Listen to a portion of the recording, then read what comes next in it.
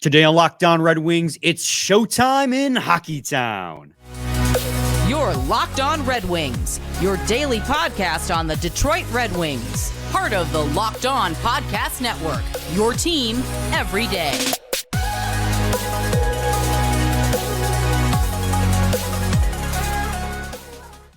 Welcome back to the Locked On Red Wings podcast. We are your hosts, Brian Fisher and Scotty Bentley. I'm a podcast producer with the Daily J, a WWJ News Radio podcast with Scotty's host over at Locked On Tigers, as well as a freelance journalist for the Detroit News. And God, vibes are high. We are so back. Scotty, you have one word you're allowed to say, and you know what it is. Showtime. That's all I want to say. That's the only word I want to say, man. Holy cow. Like, I mean, vibes are high, man. The boys are buzzing. The boys are absolutely buzzing. Storybook, like we'll get into all of it, but I am blown away. Not only the Chicago game, like what a weekend. You dominated the Blues, like dominated St. Louis. And then you go in and you know, in what's probably the biggest hockey game that'll be played in that arena at the NHL level this year. Patrick Kane does Patrick Kane things. I mean, he is over a point per game right now. And if you had picked him up on Sleeper, today's sponsor, then you're real smart. Download the Sleeper app and use promo code LOCKEDONNHL to get up to $100 match on your first deposit. Terms and conditions apply. See Sleeper's terms of use for details. Sly. Scotty, I mean, we got to talk about both these games, but it's one of those things we were talking about before we started recording. The game against the St. Louis, where everything goes right, it's hard to break down because everything went right. Yeah, Chicago. We've talked about it before on this show. Like I talk about it on Tigers as well. Like there are some games where when everything goes perfectly, pretty much, it's really hard to break it down because you're like, I mean, this won't happen again, right? Like we're not gonna win every game 6-1. You're not gonna have great.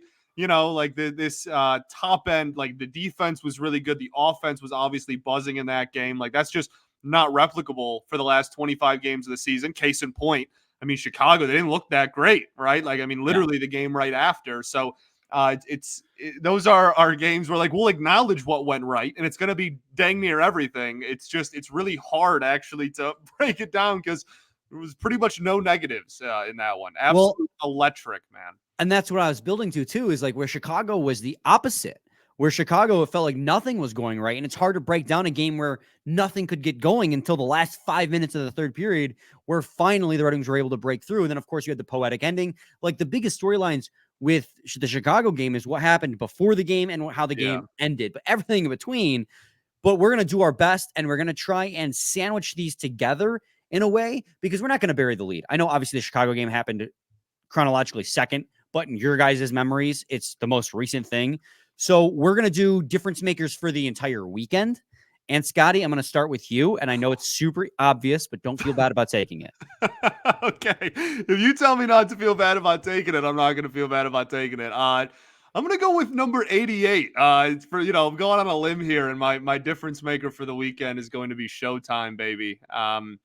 Again, obviously, the lead here is the phenomenal game winner in the return to Chicago. I thought the Hawks fans, like, that's such a weird position to like be put in. Like you just lost, but you lost at the hands of, a legend like that. I know that, they did the Detroit sucks chant and whatever, but like, it's a bitter rivalry, it is what it is. I thought they handled that situation really well. And it's hard not to get emotional and just really like realize the impact of that when, pregame, when he's skating around, he does 3 laps, right? Like they just don't stop clapping. And Mick obviously got emotional. Like Kaner's dad is out there, crying and whatnot. Just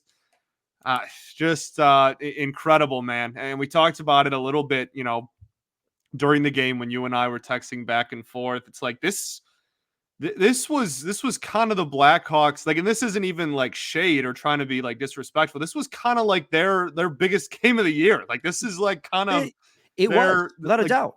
Yeah, like this, you have the Chelios, right? You have Cheli there and sold out barn for that. And then obviously the Kane return, which like sold out for like double sold out for that, right? Like you this is You could and even it's against throw just your biggest rival in general, right? Like not even to mention the other stuff, like just, I don't know, man. It's that was a lot of emotion, right? Like Bedard's back, just a lot of emotion out on the ice. And I thought that that walking out of there with a win, and obviously the way it happened is awesome, and the storybook ending of it all, but just being able to fight all of those emotions and walk out of there with a win is incredible. I forgot I was wearing those still. You could even throw in obviously the Alex DeBrincat. I know he had already played Sure, back in Chicago last year with the Senators, but in his time with Chicago, he had 2 40-goal seasons. He and Kane were electric together. As well as your difference makers, Patrick Kane. Let's not forget his 1 goal and 1 assist he had in St. Louis. He opened the scoring against the St. Louis Blues 30 seconds in. He ended the game against the Avalanche in overtime. 30 seconds into the very next game, he scored again. And then he scored the OT winner against the Chicago Blackhawks. I know I went back to Thursday there, but I mean, no bigger difference maker than Patrick Kane this weekend with everything that he contributed on the ice. That's 4 points in 2 games, back-to-back games. My difference maker, though, is Alex DeBrincat, which I think that's why I had no problem with giving you the first one, because I thought my backup was just as obvious. Because if we're looking at the weekend as a whole, he had 5 points in 2 games. He had a power play goal, a 5-on-5 goal, which is something we've been harping on him about, the lack of 5-on-5 goals, fed to him by who else but Patrick Kane. But also, of course, he had an assist in that game as well. And in this one, he scored the game-tying goal, the greasiest goal I've ever seen scored, maybe. Just send it to the net from behind the net. You look at the heat map on Natural Stat Trick, and there's just a G from the outside the trapezoid behind the net. But you know what? Puck's on net. The Red Wings had a couple good options late in the third period, a couple good chances, rather, late in the third period. They just couldn't break through. And so it just kind of felt like one of those games where, okay, well, the Red Wings are on the second half of a back-to-back, and then everything that you just stated with the Chelios retirement, it was like their Stanley Cup. It just felt like one of those games that wasn't going to happen. And then, boom, DeBrincat, 5-on-5 goal, broke through. And then who passed it to Patrick Kane in overtime, Scotty? Hey, man, I mean, obviously we're talking like you mentioned DeBrincat and whatnot, but Ghost has had a really good weekend as well, and that's something I know we talked about that before we got on air. But like he's getting even strength, production as well. I mean, we talked about mixing and matching the lineup a little bit, and Ghost has been out there a lot with Kane and Cat, and he also had 2 5-on-5 points this weekend, right? So I mean, that's just us working our magic again. Right, that's what I was gonna say. Really leaning into the narrative that every time we bring up a critique on a player publicly, they immediately turn it around. It's actually a crazy track record at this point for this season. We should go through it at the end of the year because it's actually pretty wild at this point. But yeah, man.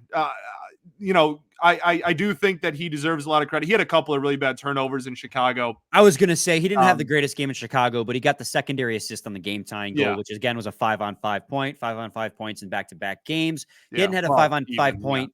Yeah, he had an even strength point since December 23rd before this day. And then he had 2 in a weekend. So that's a step forward. We'll take it. And again, same breath as Cat, right? He had 2 even strength goals this weekend as well, 1 in each game. And then he also had the power play goal on Saturday. So, everybody's bringing up, like the goal scoring drought and whatever. And then, now he's got 3 goals in 2 games. And the big thing that everyone was well aware on when it came to Cat was when he scores, he's going to score in bunches. And hopefully that this is kind of the ascension and kind of the takeoff that we've kind of been waiting on in that department. I hope that it's just a massive heater we go on here. Well, and the ironic thing about the Cat stuff too is like obviously we get on him about it. I don't really know if we can get on him about it. We don't talk to him. We get on him about it on this podcast about the lack of scoring and the struggles he's had, despite the fact that he's played pretty good hockey. Like we've talked about that. We didn't know what else he had to do because he's putting himself in the right spots.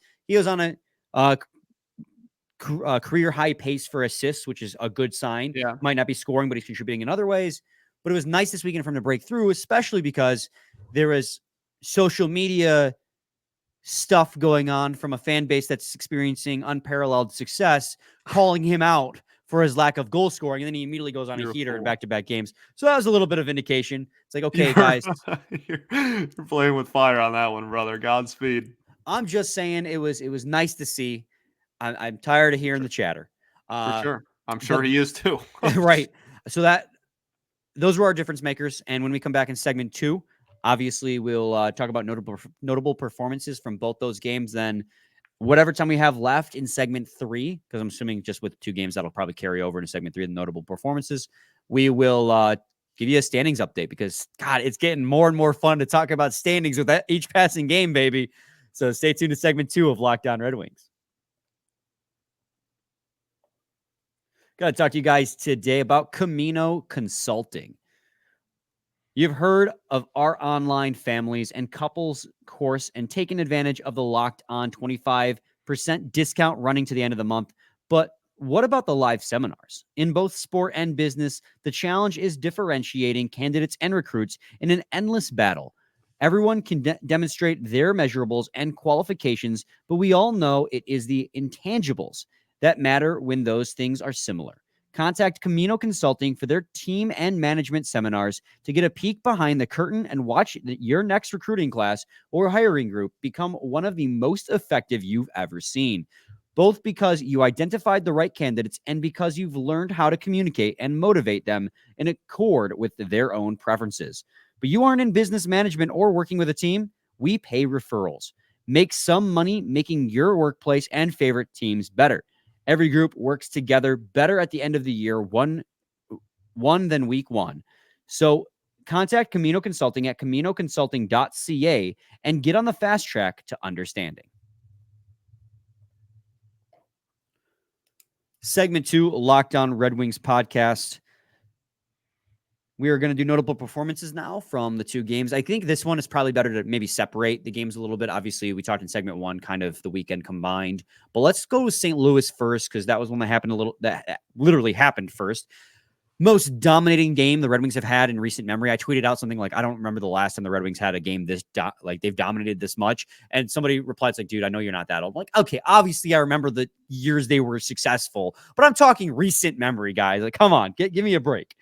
But I mean, first and foremost, we've already talked about Cat and Kane. I thought Lucas Raymond had one hell of a game against St. Louis Blues. I mean, it was one of those games that really showcased like how I think he can become a pass first. He is a pass first guy, but pass first, puck moving, play driving winger. The stuff he was doing, the way he was protecting the puck, forcing turnovers, obviously that goes for the whole team in this game. That's what we talked about in segment 1. It was such a good game that it's hard to give everyone their flowers because everyone played so well. But I just really want to shout out Lucas Raymond, who had 2 assists in that game. And he's on pace for 69 points right now. Again, we've talked about it in the past. Nice. It's been a breakout year for Lucas Raymond, and that game in particular, he stood out to me as somebody he was just tearing up the Blues. Man, his feed to Rasmussen was an absolute beauty. Like that is textbook. How you handle a 2-on-1 rush there. There might have been somebody coming back as well. It might have ended up being 2-on-2, but regardless, like that was absolutely perfect. Perfectly timed, perfectly placed, etc. Rasmussen with like the stare down after, just like acknowledging how good of a pass it was.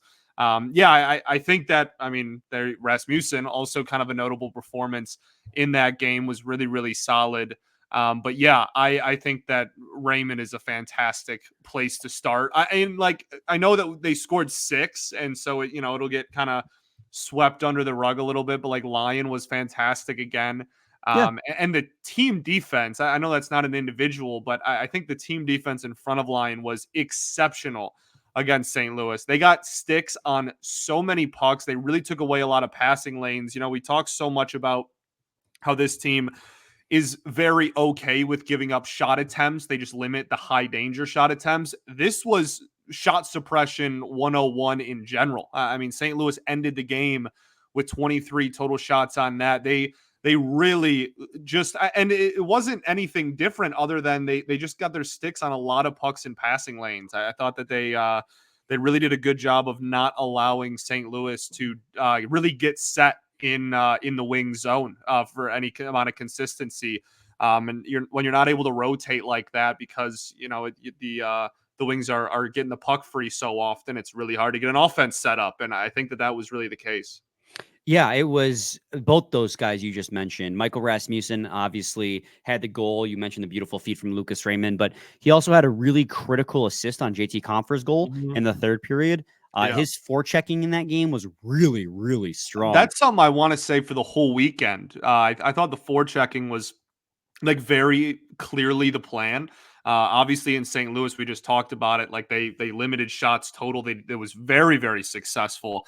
But I think there was pretty clearly a game plan to like bull rush Connor Bedard as well. Like anytime he got the puck, it didn't matter if he was behind his own net or if he was in the offensive zone. It was, go full speed ahead, go right at him. I think that's probably just like, oh, let's try to get, the rookie rattled kind of thing. But yeah, I thought, and Chicago wasn't exactly the prettiest game, like we said, and they allowed a lot of rushes. They kind of got outplayed for honestly quite a few moments there in the first two periods. But I think that it was pretty evident that one of the game plans for the weekend was aggressive forecheck, and I think they did it pretty well.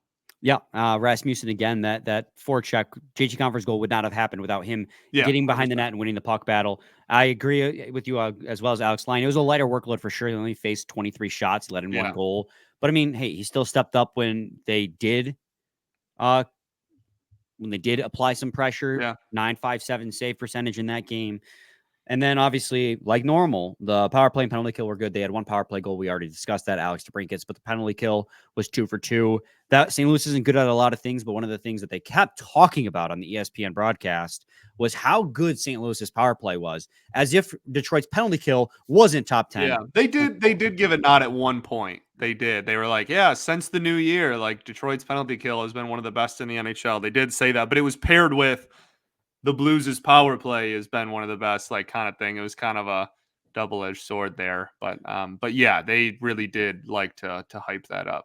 And then of course, I mean, Fabry got on the board. It felt like his first goal forever. I mean, he was just right place, right time. Also, I'm glad I mentioned. Good job, Brian, mentioning Robbie Fabry goal, because it made me realize I'm really losing faith in expected goals as a metric, because Robbie Fabry's goal, which was a clear attempt from the crease by the Blues player that bounced off his body into the net, had a higher expected goals than either the Rasmussen or the Patrick Kane goal, which were just east-west, cross crease, beautiful passes with a wide open net.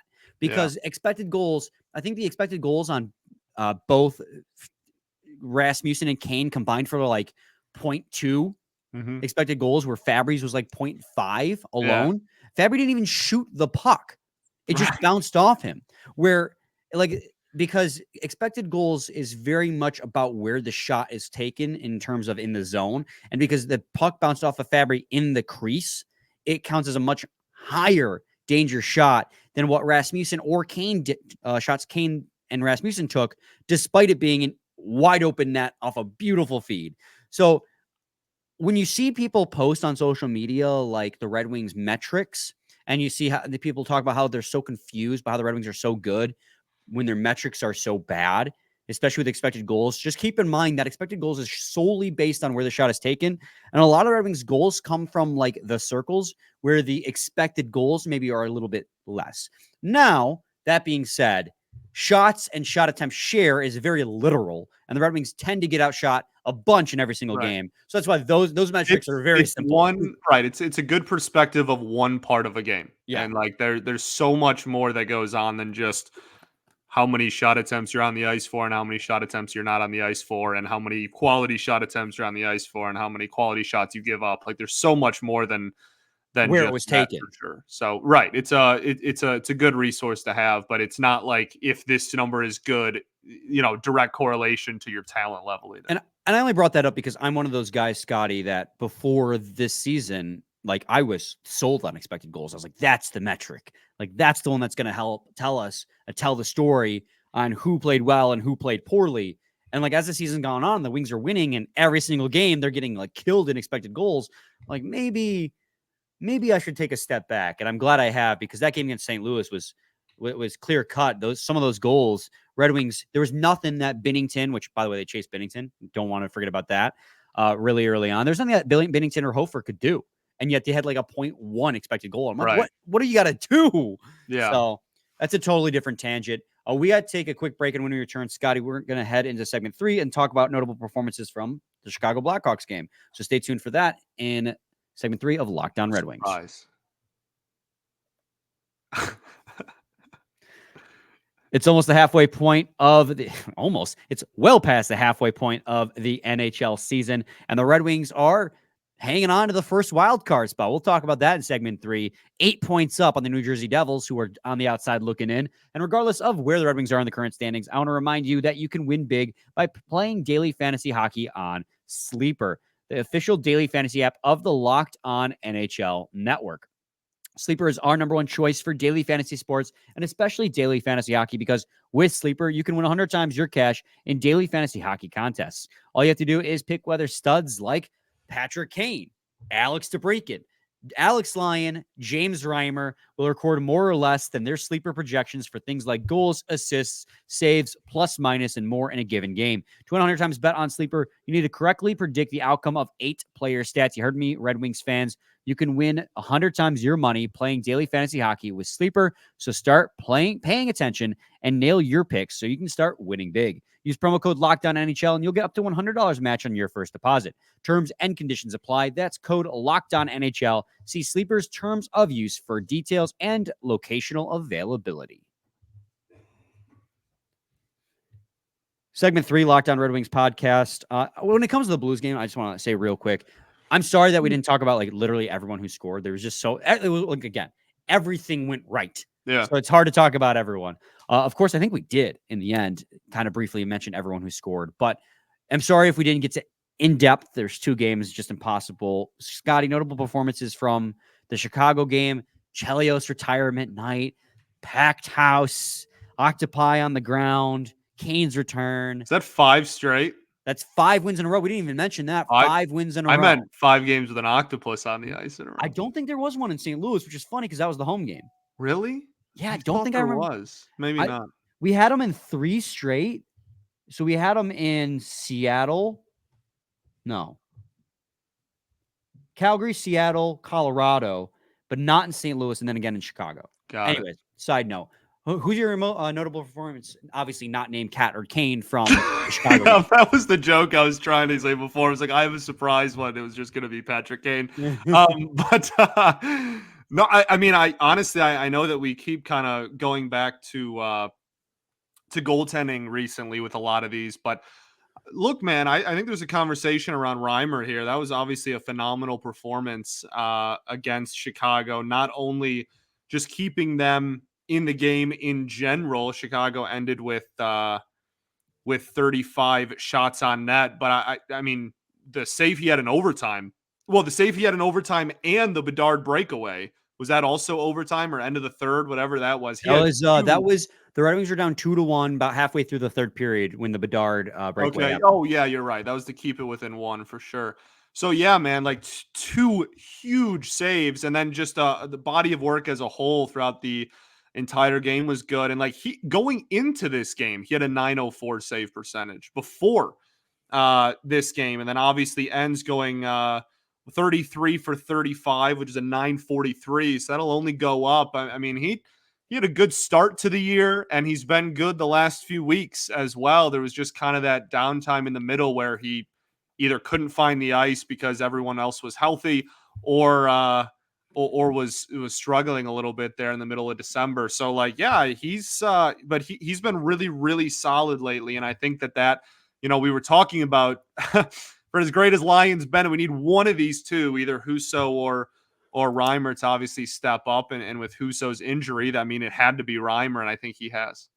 Well, and that's the thing we talked about too. And Osgood brought it up on the post game too, that if Husso hadn't gotten hurt again, like Reimer might not have seen the crease for the rest of the season. And so what an incredible journey that Reimer has had in the second half of this season. Not a ton of starts for him, obviously, but he's made the most of these 2 most recent ones. Obviously, a 5-0 shutout against Calgary. Much bigger work. Actually, it was a pretty big workload against Calgary too. And then 33 more saves here against Chicago for a .943 save percentage. I mean, now, obviously Reimer, but taking a step back, the team as a whole has just caught lightning in a bottle. Like Yeah. this team right now feels different, and it's crazy because obviously we had our exciting moments the last 2 seasons too. There was a moment last year where we thought they might be able to do it. But coming into February, and I know I'm sorry I'm getting off topic of the notable performances, but coming into February, Scotty, and we'll probably expand on this tomorrow, I had the expectation of this team getting 12 points because they had 20 points on the line for February. I was like, stay above 500, you'll stay afloat in the wild card race. With 2 games left against wild card teams chasing you in the wild card, both at home at LCA, the Red Wings already have 12 with an opportunity to not just build on that gap, but then further their way up in the wild card, perhaps even chasing, which Toronto's on a heater right now, but perhaps chase down Toronto for third in the division. I mean, this team just feels different right now. They've met my expectations for the month already and have a chance to exceed that with 2 more home games against wild card opponents. Yeah. I'm just so happy right now. Like legitimately, this is the happiest I have been as a Red Wings fan since probably 2013, the last time they won a playoff series. Wow. I'm, Even it's even the back end of the streak years weren't doing it for you. like it was one of those things where you just knew they were going to make the playoffs and then go nowhere. Mm-hmm. So, I mean, that might be the case this year, but it's different because of the fact that the Red Wings haven't made the playoffs in 7 Also a years. trajectory thing, right? Yeah. This is, if you make it and don't do anything this year, it's under the assumption that you'll get better next year. Which is never That you'll guaranteed, but you're right. and Like, that you'll keep climbing up. Whereas then it was it wasn't even necessarily a downturn. I guess it kind of was big picture. It was a downturn, but it was just a plateau. It was just like, okay, like we're, it's just anything to keep the streak alive, and that's kind of like takes priority. So yeah, man, I this and that again, I know I started off the show by talking about it, but the Hawks game was just like actually magical. Like actually. Like that is sports, like that is hockey, right? Like that was just absolutely absolute cinema, right? Like that was genuinely incredible stuff, man. The pregame obviously and the Chelly thing, like you said. I mean, we don't have to, I guess, talk in circles and just bring everything back up again, but for such a gross game that was played on the ice in regulation to still have like that feel after the game and before the game and whatnot, and clearly the fans were really invested, and Chicago was playing really hard. I mean, just incredible stuff. And like Cat scored, and you could see the reaction, how much that meant to him. And then obviously, Kaner lights the lamp and starts yelling "Showtime"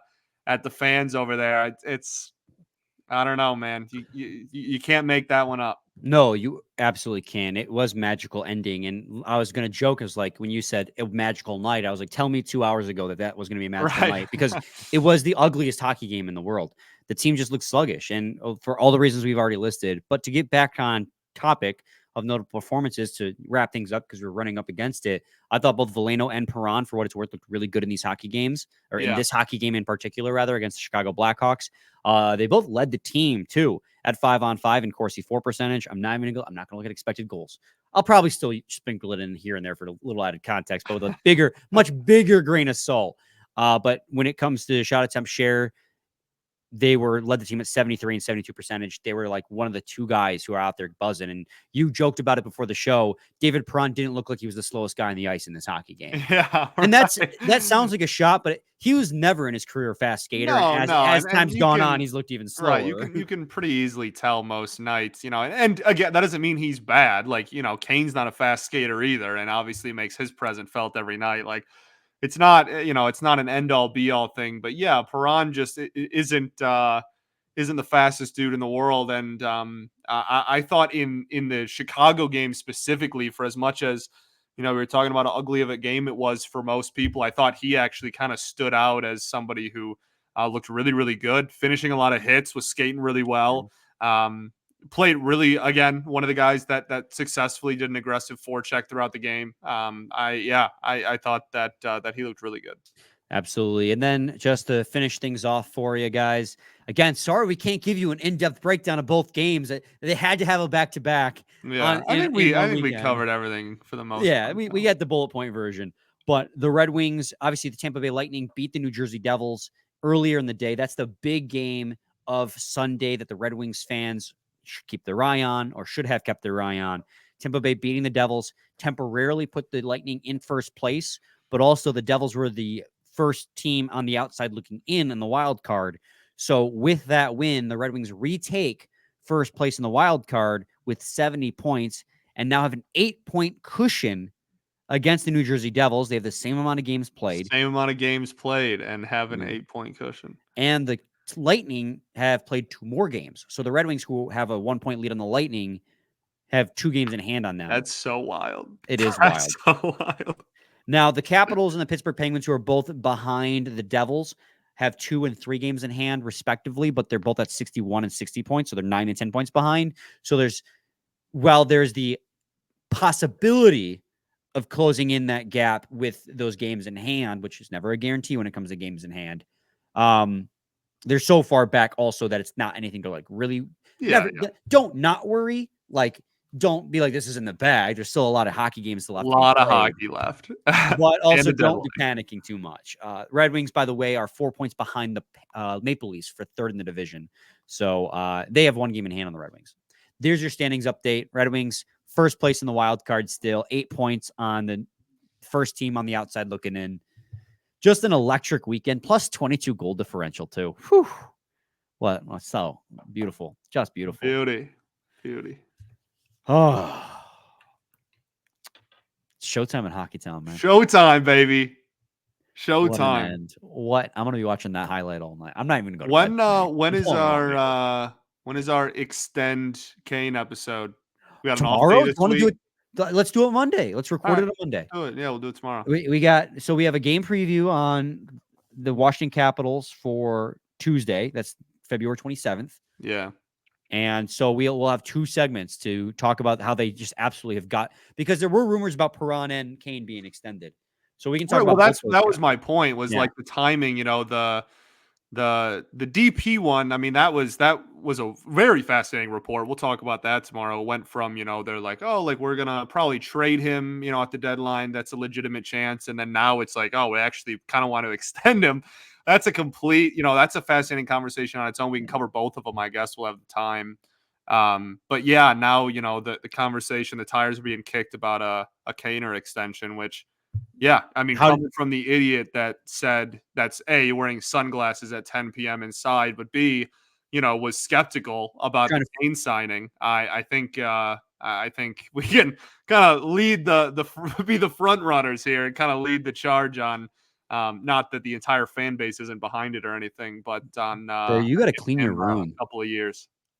I can see the room in your sunglasses. You got to clean that room, buddy. What's going on to your right there? My right? Oh, it's my desk, dude. I have a ton of paperwork here. Yeah, you want to go through and look at all my paperwork? Sure. Yeah, you got those reflective. I've been trying to figure out what's on your desk this entire time, looking into your eyes. Oh, well, this is like this over here. You can see my head. This over here is like permanent. Like that's like decoration. Like this down here is the trash. This is like supposed to be there and looks cool. And it's just like stuff from growing up. When people are going to be zooming in trying to find out if you got anything embarrassing. Yeah, that's weird. But okay. Yeah, man, that'll be the conversation for tomorrow. I could go into it right now because I already have thoughts on it, but best save the content for Monday, or I guess technically Tuesday's episode. So, all right. If you're watching this live on YouTube, as this premieres or at any point during Monday, and you notice that the episode is not up via MP3, like on Spotify, we are migrating platforms and we cannot post the audio for Monday's episode. Really poor timing, but it's network wide. We can't post the audio for Monday's episode until noon. But obviously, if you're watching, the only time that this will be a thing too, it's just a one day. We're just completely overhauling platforms that we upload our stuff to. And so, but YouTube will be up at midnight. So, probably before that. Yeah, no issue. Not that, I guess me saying that doesn't even matter because people are already listening to it whenever they're listening to it. But yeah, audio will be out at noon, and then for the rest of time we'll be fine again. So all right, got any final thoughts, buddy? We ball, baby. Play Journey. We ball. Wrong ball, idiot. All right, dude. Same time. same place. See your team every day.